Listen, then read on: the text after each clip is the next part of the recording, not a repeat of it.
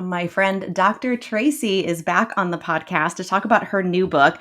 And I am so excited to talk to you today because I read your first book. It's right here. I didn't sign up for this, and it was an amazing book. You are an amazing psychologist, and your new book is called You, Your Husband, and His Mother. Create a healthy relationship with your mother in law and your spouse in 5 simple steps. I mean, that's a win right there. Like the title alone Oh, just makes me yeah. want to run up to the bookstores and buy it. So, congratulations on the new book and tell us a little bit about what it's about. Yes. Oh, Kim, thank you so much for having me here. It just means the world to me to have this conversation with you and to get to sit with you and your community again. I'm battling a cold. Okay. We'll edit it out. We're Thank good. you.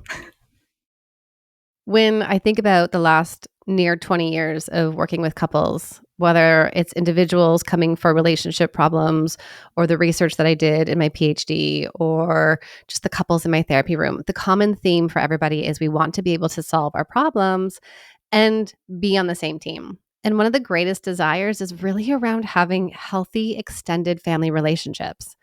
And yet, so many people struggle in some way, whether they're big boom moments, often they're not, or these tiny micro moments that build up with extended family. And one of the most conflictual relationship dynamics is really between daughter in law and mother in law. And so many people come into my therapy room saying, we don't know what to do. And so, really recognizing, I would sit in sessions with couples saying, I wish there was a resource for you. I wish I could give you this book. And so, this is the first book that tackles this specific dynamic so that readers are going to be able to walk away using my 5-step vault method. And I can tell you, Kim, it works. I've seen people make changes in their relationships and feel more connected and just finally feel like they're on the same team, which is essentially what we need in our marriages. So, just to start, thank you so much for having me here. Yeah, of course. I'm just so honored to, been friends for so long and colleagues for so Yes. long. And I just love your work and on a personal and professional level. And this book is so needed. I'm sure just like I said, the title alone is going to hook people in. And, whenever I hear something like 5 simple steps, I think, okay, just tell me what to do and Yes. I'll do it. And I feel like it's practical. It's not so much theoretical where it seems like it's going to be too hard to accomplish. Like I feel like your tried and true methods really will work, and it's going to be something that people can resonate with and help their relationships, with their partner and their in-laws or mother-in-law specifically.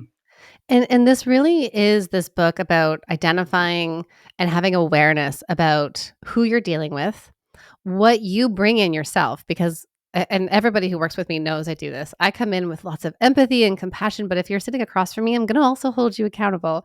And we're going to look into what's happening for you in here because as daughters-in-law, we bring in our own expectations, our own hopes, our own family patterns that then show up. So we need to look at that piece, but we also need to know who are we dealing with. And so the first part of the book really helps you to identify what are the family systems at play, what's happening in your marriage that's creating this dynamic that makes it even more difficult. And then also, who is your mother in law? And one of the parts that I love the most about this book is readers are going to learn what mother in law type they have. And so I highlight 6. And I always preface this by saying these are not diagnoses. You're not going to your husband and saying, your mother is a narcissist. Look, this book says it right here. And I'll be forthcoming.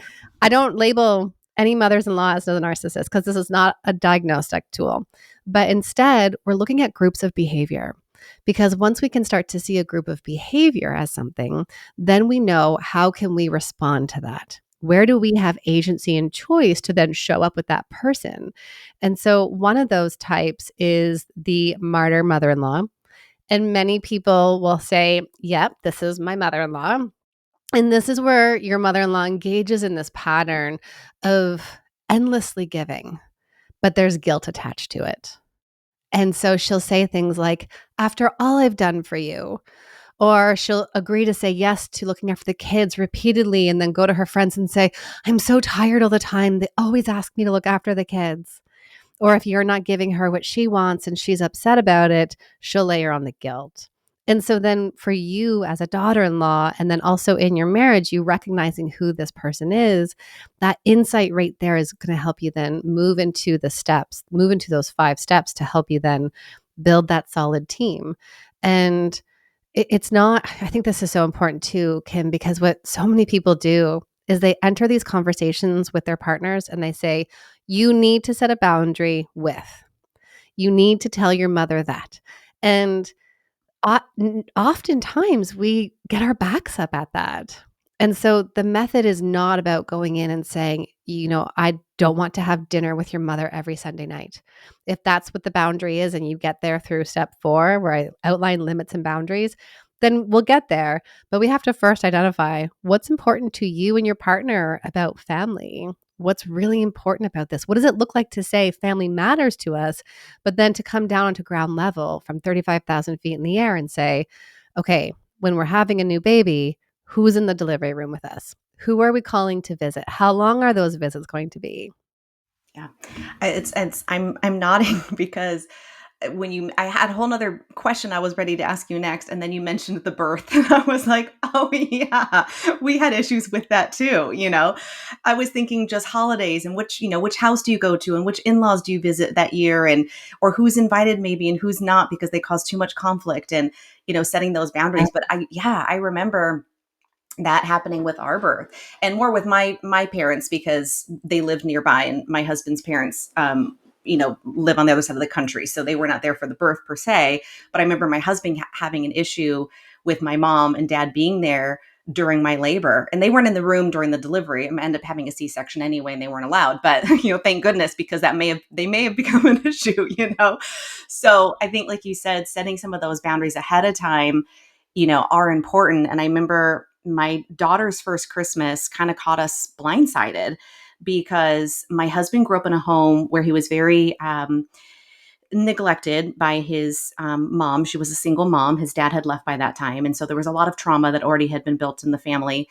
And she was, doing her best, but is also mentally ill. So there was a lot of just trauma with that also. And there were some Christmases that he'd wake up and have absolutely nothing. And, if they did have something, it wasn't much. And my mom grew up, not to say I like it or agree with it now that I'm a mom, but I grew up in a very materialistic type family where everything was about gift giving, which I think is her love language, is just giving gifts. That's how she shows love.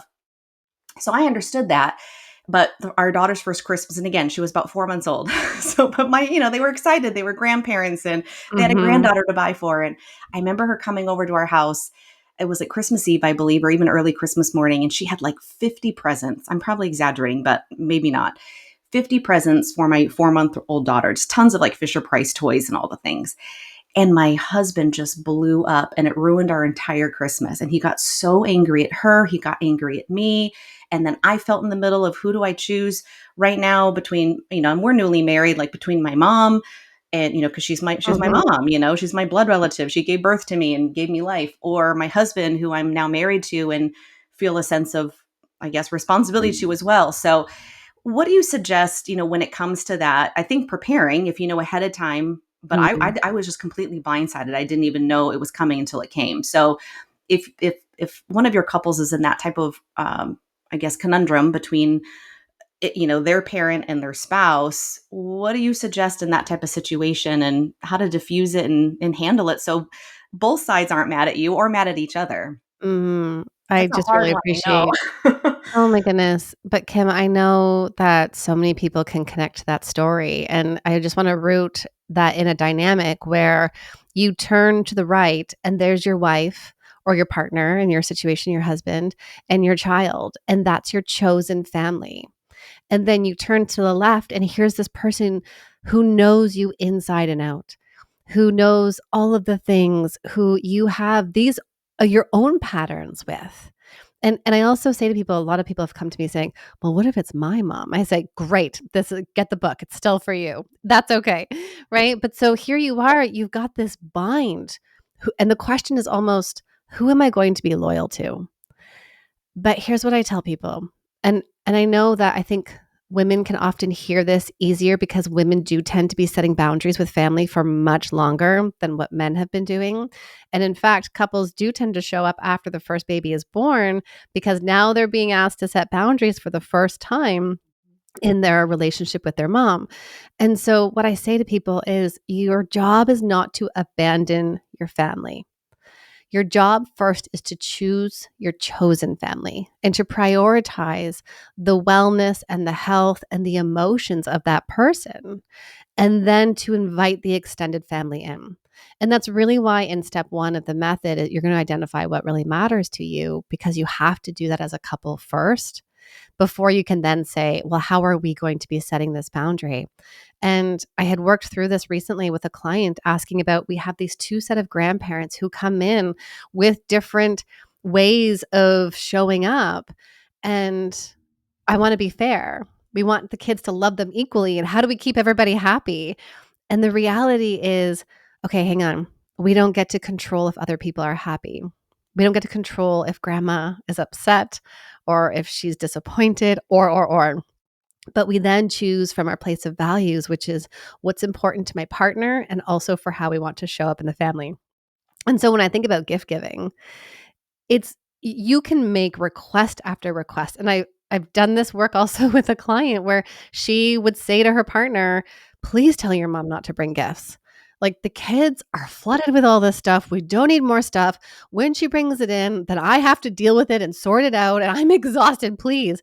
And so repeatedly, they would say, please don't bring over stuff. And guess what grandma does? Brings over the stuff.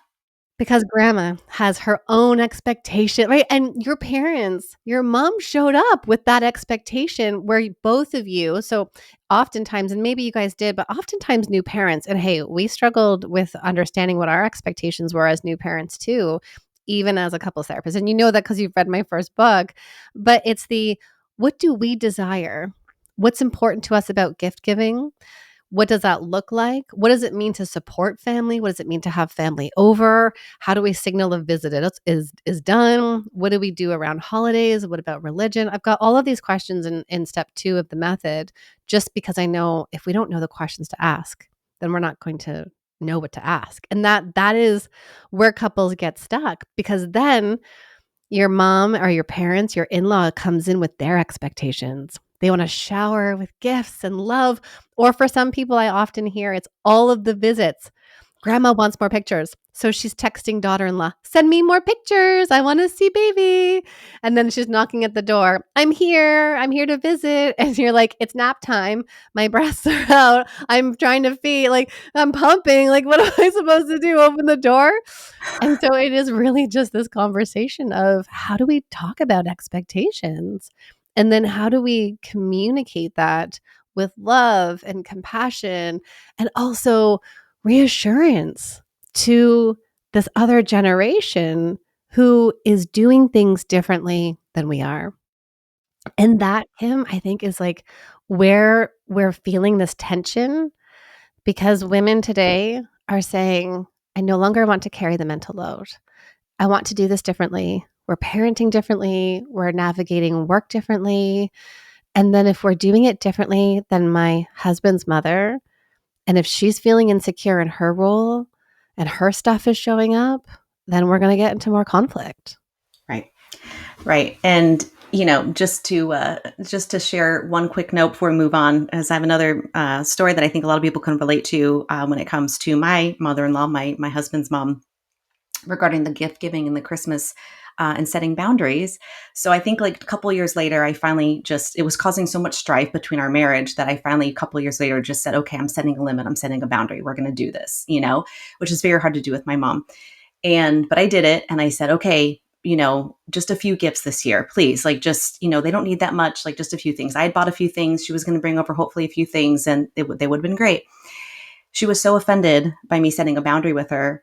She ended up not coming over at all that year and took all of their kids' presents back to the store and returned them all and didn't give them a thing. So just Oh, Kim. that's a whole other podcast episode in itself. But you know, And can it we kind of backfired on me because she's more of the victim, the martyr. Like, well, if you don't like what I'm doing, then you get nothing at all type thing, and just ended up, you know, swiping the rug out from under me. And It was a hard Christmas that year. It was I can only emotionally for me imagine. specifically a hard Christmas. The kids were little. I don't think they realized, that they didn't get half the gifts they were supposed to get. Only I knew that. But it was hard, and it's hard to set a boundary and a limit. When you need to, when you have to. That's just from experience really hard to do. I always come into this conversation with such deep compassion because we are all products of our own patterns. And those patterns are deeply rooted. And our parents did their best. We don't blame and shame parents. They did their best. They broke some cycles.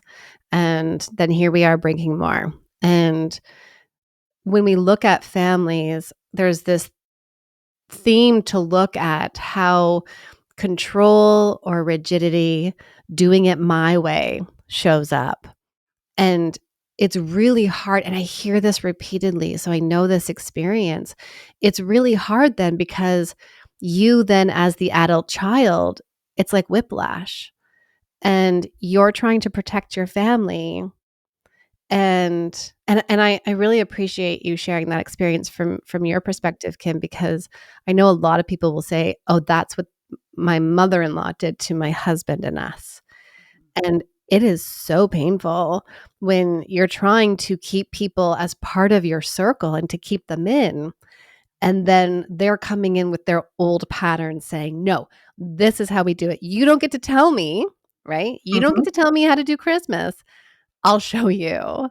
But Yep. it's just painful. Yeah, I became the disrespectful daughter and again, they're from a different generation and Of there's course. in some families I'm sure too some cultural expectations and Yes. values with that as well.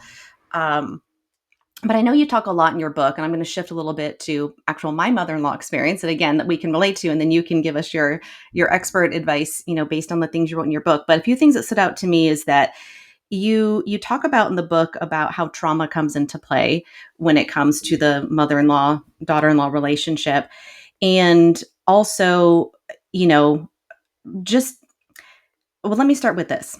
Let me go back just a little bit and then we'll go into the next part when it comes to trauma and how to heal some generational cycles. So growing up, again, going back to my mom, she kind of jokingly, I thought at the time, but it must have resonated enough where I took it to heart. She would always say things like, when I started dating, make sure you don't date a mama's boy. Make sure you don't date a boy that's super close to his mom because it's just going to, cause you strife in the long run as a daughter-in-law. And she would literally warn me and repeatedly say these things. And so if I dated a boy or a man, as I got older, that was super close to his mom, she almost would just like repel against it. And so I ended up marrying a man who was not close to his mom at all. Again, who grew up with a lot of trauma and mental illness, abuse, domestic violence, you name it, poverty, and that was so far away from a relationship with his mom that I don't even have a relationship with her. And we've been married for almost 15 years, and I've never texted her, she's never texted me, Mm. she's never come over for a holiday. She's sending birthday gifts for the first time this year and I have a 12-year-old. So I don't have a relationship with my mother-in-law, and I almost feel like I'm missing out to a certain extent. I almost feel like I went to the such far other extreme, whether it was conscious or not, that I don't have that, and part of me wishes I did, obviously with some limits and boundaries. But it's been really interesting because I almost feel like sometimes I mourn that when I see other women, and their mother-in-laws, and they're going out and having brunch together, or they're going to concerts together, and they have this really good relationship. And sure, it causes strife sometimes, and there's always a little bit of drama sometimes, but I kind of miss that. So I don't know. I don't even know what question I'm asking, but I think No, no, trauma has come a lot into play of it, yeah. for Yeah, starters. let me just kind of parachute in here because I know many people relate to this, and this connects to more of the distancer mother-in-law type. And it might even be someone, and clients have said this to me, my mother-in-law lives 20 minutes down the street, and she sees my child twice a year. And so this relationship is hinged on these very short, limited visits. And that's, when we got married, it was fine because we didn't need the village. And we're like, okay, we'll just do our separate things. That's fine. But then as we had kids, this longing and desire shows up, the expectations that we hold. And there is this element here where whether you have someone who comes in and criticizes you and judges you, or you have someone who's so distant you have no relationship with, there's constantly this feeling of grief that shows up for family, for yourself. And it is that sense of recognizing that you can't control other people. You can invite them to be in your life, and those are the choices that you have. You can invite them in ways that work well for you too, if we think of the mother-in-law who comes over and says nasty comments to you. And at the same time, then we have to accept who this person is and be able to see this is not about me. It's not them saying you are not good and I don't want to be in your life because of you, right? And that would be the same work that your husband has to do. It's not him. This is the patterns. These are the legacy pieces that are being passed along. It's nothing about you guys. And then it's okay, now we can't change what's happened. How do we solidify our bond? So in our marriage, we're solid, we're together, we're on the same team. And I think that's also part of why we're seeing more people entering into more low contact relationships with family that doesn't feel good, in part because we can build our villages in different ways. Right. We And we that, don't we don't have family that lives in the city with us. And so we call them friendly, our friendlies, that we have other friend families with kids as well, and then we can lean on them. And sometimes that's about like trading date nights so that the kids are at someone else's house and there's a date night that then Greg and I get to go on, and it's then leaning on who else can we lean on because family's not here in our day to day. But wow, like it really requires us to do this grief work for what we had hoped for. right. And, and then now that she's trying to have a relationship with again, she just met our son who's going to be 9 soon for the first time this summer, and has had no relation. Like, who is this again? What do we call her? Like, is she grandma or does she have another name and, now she's starting to send gifts and send letters. And so my husband, bless his heart, has always had a heart of forgiveness for her, and Yeah. wants to still allow her to have these relationships with our children. And I'm coming in almost like guarded, saying, Of course. does she deserve this? Like, should I Right. let her in? Like, what if she turns again? Then she doesn't talk to the kids for 10 years. Like, that's going to crush them. Like, how much do I let her in? And, he's forcing them to write these letters back to her. Not forcing them, but, saying, we got to write the letter back to Graham. Like, we got to write the letter back to Graham because she wrote to you and now she's expecting a letter back. And I felt pressure for them because he's really wanting to, solidify this new relationship that's starting to blossom, if you will. And again, she's across the country, so they probably won't see her much. Who knows Right. when? But Right. so then Well, part of me is like, well, how much, do I just, let it be? And, so it's interesting because I, was having this morning of not having this relationship, but because she's caused so much trauma with my own husband, that's been a huge issue in our marriage. And now it's the kids are getting involved. Now my mama bear is coming out a little bit like I want to protect oh, them from this of woman, course. but I also have a heart where I forgive people and I want, my values is to forgive them and allow them in and Yeah. be cautious. But, when the kids get involved, obviously they will at some point for many couples. What do you suggest when it comes to that? I don't know if you address that at all in your book, and maybe it goes back to your Yeah. first book, and talking about things within your relationship, but and especially if you differ and it's your own mom, like I said, so your bias may be towards her more when it's your own of how much do you allow in and still being Right. cautious, especially not for me, but for my own children. There's definitely steps in the book and exercises that are going to walk you through seeing what the triangle looks like, because even though in situations where a mother-in-law is distant, there's still a triangle happening because she comes in and you're having feelings towards her, and then for you to alleviate that, you are then going to your husband, and so we've got the triangle right there. And that would be the same with your mom as well. And Yep. so I think there's this element here of acknowledging our own desires that show up in here Yeah. and the protective need that you have. Like, and I think this is really where we're coming from, is that so many women today versus 40, 50 years ago are saying, I no longer want to just be good wife. I am stepping in and I'm being good mother. I'm protecting my children. They should not endure the same patterns that we went through before. And then, so I think if we remove that it's his mom, let's come back to our core values as parents. We believe in autonomy, freedom, being able to talk about their needs, and also having that wholehearted conversation with your kids about what's important about that and finding something that works well for them instead of us imposing our good son or good daughter onto our children. Because that's often, and I think too, Kim, and I know so many people will relate to this, is that for men to then step out of that role, it takes a lot of conscious awareness. And a lot of times, I think of the mother-in-law who's more of the martyr, who uses guilt trips. Unconsciously, men will step into this role saying, I need to be the good kid. I need to be the good son. So I just have to go and do it because mom's feelings are so big and I have to go deal with them. Well, hang on. No, wait. You're an adult now. You don't have to keep playing that. But Right. you have to bring those awareness to those patterns first.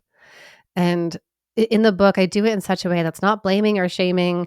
You walk through them, you read them, you can talk to your partner about them without having to say, your mom's a narcissist, or, your mom is this and your mom's so antisocial. How could we, right? Like it's, that's not going to work.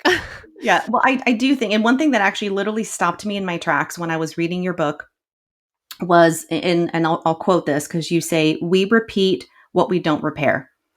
And On so many levels. I was just like, oh, wow. Like to me, that was just like, that could be its own book, because I do think that's where it starts. And I think you do go into depth in your book about how to do that and what steps to take to repair and heal first, and then go to the next step.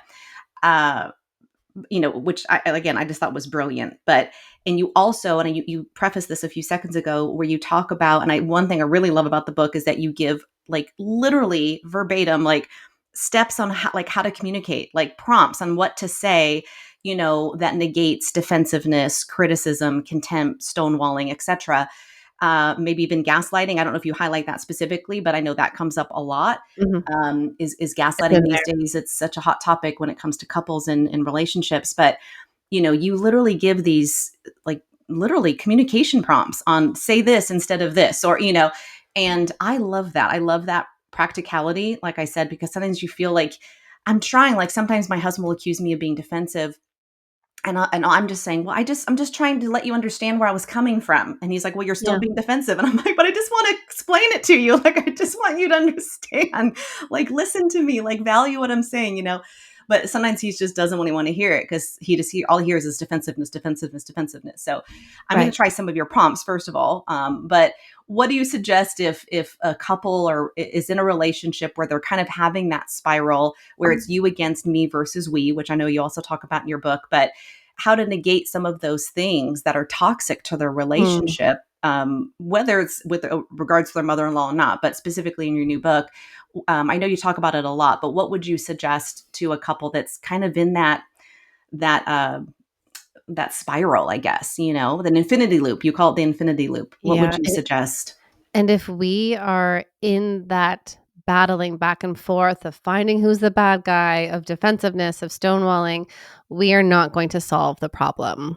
And so then it really is this position of let's come back together. It's you and me against the problem and put the problem in front of us. And the first step is saying the problem is this cycle that we get stuck in. And it's interesting because then when I think about what do we, and I talk about this in the book, I have crammed my years of marriage work into this one chapter because you cannot have this book without a marriage chapter in terms of communication and our negative cycles. And it's like, it's such a jam-packed chapter. I love it. And there's so much more to it. So it's kind of like scraping the surface. But we often go into what is this really about for us? Okay. And oftentimes, when someone says to you, you're being defensive, they're saying, I don't feel seen. I don't feel seen. I don't feel heard. And then when someone says, but I'm just, they're saying, like, I need to like control this. I need to know how this is going to go. I need to feel safe. I need to not shame spiral. I need to know that this isn't about my adequacy. And so I'm going to try to like, if I give you the rationale and then you'll understand, then we'll be okay. And it's so tricky, right? I know. And hey, I'm the blaming partner in the dynamic. You know that from my first book. I'll like put my hand up and say, "Yeah, Yeah. it's me. I'm I'll knocking admit on it. the door." And Greg's on the other side like, "But I just," and I'm like, "But you just." Yeah. It And you happens. know, in some ways we have to laugh too at those cycles because really what's at the core of it? Connection. We just want closeness. And that even when I go to you, and so this is the common spiral for couples. I just had this really hard experience with your mom. And I go to my husband and I say, she said it again. She said, "What are you feeding the family? Like, you're going to make everyone sick or whatever it is." And the stories are in the book, and I know people are just going to feel so seen because I've literally worked with people and I've said to them in the past 6 months, I've written this book. You're going to read your story in there. It's not you. It's not about you, but it's just this parallel that really happens. And so we go to our husbands and we say, "See me. Your mom did this thing." And we can change how we communicate it. But then partners come in and say, "That's just my mom. It's not that bad. She means well. You're being too sensitive." And it's all of those moments where we then we could look at it in our own different ways. One, we're repeating what we saw our parents do to us. We're repeating cycles that we're not repairing in our relationship. And we're not going to help our partner feel seen and heard to actually resolve that. And in no way do we go to our partners and say, "Tell me your mom's a bad mom." Like, tell me that, right? That's not what we're doing. We're saying, "Can you just sit in my experience for a moment?" I'll think of another client. You know, I'm a new mother. I'm postpartum. Your mom has shown up, has held the baby the whole time, didn't bring over a meal, expected me to serve her. And I'm here 4 days after giving birth. And you're telling me it's not that bad. I just need you to see that my life has been turned upside down. I don't feel seen. I don't feel cared for. Can you just see me? And Yeah. it's so powerful when we can say, "Yeah, I can only imagine what that's like to be you."